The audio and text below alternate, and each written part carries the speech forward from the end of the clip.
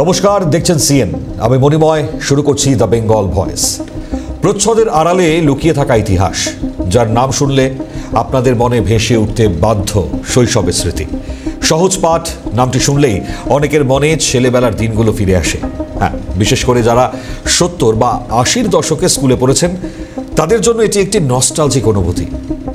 আজও কি সমান গুরুত্বের অধিকারী সহজ পাঠ? যখন বারবার প্রশ্ন ওঠে রাজনীতির কুনজরে পড়ে নষ্ট হচ্ছে বাংলার ইতিহাস, সংস্কৃতি, কৃষ্টি, তখন এই নস্টালজিক অনুভূতি কি আজও আমাদের মনে বর্তমান? বাংলা সাহিত্যের পাঠকদের কাছে সহজ পাঠ কেবল একটা বই নয়, বরং শৈশবের প্রথম পাঠশালা। প্রজন্মের পর প্রজন্ম এই বইয়ের মাধ্যমে অক্ষর চিনতে শিখেছে, ভাষার সৌন্দর্য অনুভব করেছে। কিন্তু বইটির প্রচ্ছদে আঁকা যে 3 পাহাড়ি বটগাছ, তার সঙ্গে জড়িয়ে আছে এক বিস্তৃত প্রায় ইতিহাস, যা সরাসরি যুক্ত রবীন্দ্রনাথ ঠাকুর, তার পিতা মহর্ষি দেবেন্দ্রনাথ ঠাকুরের সঙ্গে। মহর্ষি দেবেন্দ্রনাথের হাতে বপন আর রবীন্দ্রনাথের স্নেহে বড়। শান্তিনিকেতন তখনও বিশ্বকবির কর্মযজ্ঞের কেন্দ্রে পরিণত হয়নি। প্রকৃতির কোলে শান্ত পরিবেশে মহর্ষি দেবেন্দ্রনাথ ঠাকুর প্রথম যখন আসেন, তখন তিনি এই বটগাছ রোপণ করেছিলেন। এটি ছিল এক ধরনের প্রতীকী পদক্ষেপ, শান্তি, স্থায়িত্ব, আত্মিক উন্নতির প্রতীক। সময়ের সঙ্গে গাছটি ক্রমেই বড় হতে থাকে, ছড়িয়ে পড়ে তার সকল শাখা প্রশাখা। পরে যখন রবীন্দ্রনাথ ঠাকুর শান্তিনিকেতনকে জ্ঞান চর্চার আসন হিসেবে গড়ে তুলতে শুরু করেন, তখন তিনিই গাছটির চারপাশে 3টি নুড়ির ধাপ দিয়ে এক বিশেষ রূপ দেন। সেই থেকেই এর নাম হয় 3 পাহাড়ি বটগাছ। এই গাছের তলায় বসেই কবিগুরু লিখেছেন তার বহু অমূল্য কবিতা, যা বাঙালির সাহিত্য ভাণ্ডারকে করেছে সমৃদ্ধ। সহজ পাঠ সম্পর্কে কিছু তথ্য। প্রকাশনা 1337 বঙ্গাব্দের বৈশাখ মাস। শান্তিনিকেতন থেকে এটি প্রকাশিত হয়। লেখক রবীন্দ্রনাথ ঠাকুর। প্রথম পাঠ 1855 সালে ঈশ্বরচন্দ্র বিদ্যাসাগরের বর্ণপরিচয় প্রথম পাঠের বই হিসেবে প্রকাশিত হয়েছিল। তার 75 বছর পর 1930 সালে রবীন্দ্রনাথের সহজ পাঠ প্রকাশিত হয়।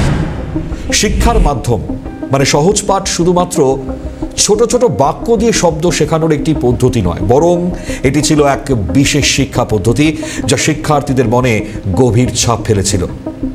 নন্দলাল বসুর ছবি, বিখ্যাত শিল্পী নন্দলাল বসু সহজ পাঠের ছবিগুলো এঁকেছিলেন, যা বইটিকে আরও আকর্ষণীয় করে তুলেছিল। শৈশবের উপকরণ, সহজ পাঠের কিছু বিশেষ স্মৃতি, যেমন মা, বকুল ফুল বা আমাদের গ্রামের মতো বিষয়গুলো আজও অনেকের মনে অম্লান রয়েছে। সহজ পাঠের প্রচ্ছেদে কেন এই গাছ? শিশুদের প্রথম পাঠ্যগ্রন্থ সহজ পাঠের প্রচ্ছেদে এই গাছের ছবি ব্যবহারের পেছনে কিন্তু রয়েছে গভীর প্রতীকী তাৎপর্য। এটি শুধু একটি প্রকৃতির ছবি নয়, বরং জ্ঞানের আশ্রয়, সৃজনশীলতার উন্মেষ এবং সংস্কৃতির শিকড়ের প্রতিচ্ছবি। একদিকে রবীন্দ্রনাথের কবিতার প্রেরণা, অন্যদিকে শান্তিনিকেতনের আত্মা। এই গাছ যেন দুইয়ের সেতুবন্ধন, স্থানীয়দের চোখে ইতিহাসের জীবন্ত সাক্ষী। শান্তিনিকেতনের মানুষ আজও এই গাছকে সম্মান করে। বহু প্রবীণ স্থানীয়দের মতে এই গাছের নিচে বসেই রবীন্দ্রনাথ ছাত্রদের সঙ্গে আলাপচারিতা করতেন, কবিতা আবৃত্তি করতেন এবং জীবন দর্শনের পাঠ দিতেন। আজও হাজার হাজার পর্যটক, গবেষক এবং সাহিত্যপ্রেমীরা আসেন এই বটগাছ দেখতে। তাদের চোখে এটি কেবল একটি গাছ নয়, বরং ইতিহাসের জীবন্ত দলিল। সহজ পাঠ রবীন্দ্রনাথের সৃষ্টি, এবং সেই সঙ্গে সহজ পাঠ আরও সৃজন হয়েছে আরেকজনের হাতে, নন্দলাল বসু, শিল্পাচার্য নন্দলাল বসু। আমি অনেক সময় বলে থাকি যে সহজ পাঠে যদি নন্দলাল বসুর ছবি না থাকতো, তাহলে আজকে এই সহজ পাঠের জনপ্রিয়তা হয়তো বা তেমনভাবে থাকতো না। কারণ লক্ষ্য করে দেখা যাবে যে সহজ পাঠের প্রথম পাতা থেকেই যে ছোট খোকা বলে অ আ শেখে নিশে কথা কওয়া, সেই পাতায় কেবল অ আ এবং এই কবিতাটি আছে, আর বাদবাকি সবটাই নন্দলালের ছবি। তাহলে এক একটা রবীন্দ্রনাথ একটি পাতায় যে স্পেস দিচ্ছেন ছাত্রছাত্রীর জন্য, শিশুদের জন্য, ঠিক সেই স্পেস রবীন্দ্রনাথ তার আশ্রমে দিতে চেয়েছেন, এবং 3 পাহাড় সেই স্পেস বা জায়গার বা মুক্ত যে বাতায়ন তারই প্রতীক হয়ে আছে এই 3 পাহাড়। এটা খুব খুব সুন্দর, খুব সত্যি কথা যে একটা বৃদ্ধ গাছ, সেই বৃদ্ধ গাছ দেখলেই তো মনে হয় যে এই জায়গার সঙ্গে মহর্ষি দেবেন্দ্রনাথ যুক্ত ছিলেন, এই জায়গার সঙ্গে দ্বিজেন্দ্রনাথ ঠাকুর যুক্ত ছিলেন, রবীন্দ্রনাথ যুক্ত ছিলেন। সেই ব্রহ্মচর্যাশ্রম এই জায়গাকে ঘিরে হয়েছে। আজকের আধুনিক যুগ, আধুনিক কাল, একেবারে আধুনিক সভ্যতার চারিদিকে ইট কাঠ পাথর এবং ঘর বাড়ি সব কিছু, তারই মধ্যে ওই ঐতিহ্য যে রক্ষিত হচ্ছে, সেই সমস্ত শান্তিনিকেতন জুড়ে যে ঐতিহ্য, বিশ্ব ঐতিহ্য আজকে মানে সৃজন হয়েছে, তারই প্রতীক এই বটগাছ। আজকের প্রাসঙ্গিকতা, যখন আমরা আধুনিকতার ভিড়ে দ্রুত এগিয়ে যাচ্ছি, তখন এই গাছ আমাদের মনে করিয়ে দেয় শিকড়ের গুরুত্ব। শিশুদের প্রথম পাঠ্য বইয়ে এই গাছের ছবি থাকাটাই প্রমাণ করে আমাদের শিক্ষা, সংস্কৃতি ও সাহিত্য প্রকৃতির সঙ্গে কত গভীরভাবে জড়িয়ে আছে।